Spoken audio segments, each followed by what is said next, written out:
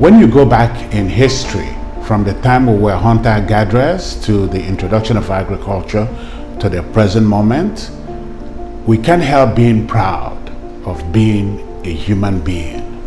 And human beings, of course, have achieved a lot through history. And archaeologists and historians, when we document these things, we look for solid objects, physical objects, artifacts, which we can take and put it in a museum and put it under lock and key.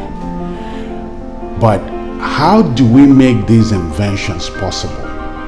And what is behind these inventions is what is called the chi.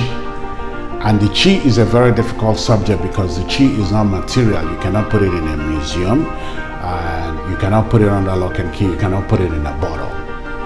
But the chi is something you can communicate with when you're looking for an invention. If you're looking for an electric bulb, you can communicate to the chi and get ideas or answers from that chi so that you can make an electric bulb. So I believe that the chi is the most important invention humans have made here on earth, and humans call the chi by different names, and we use different methods to assess the chi, but the chi is the chi.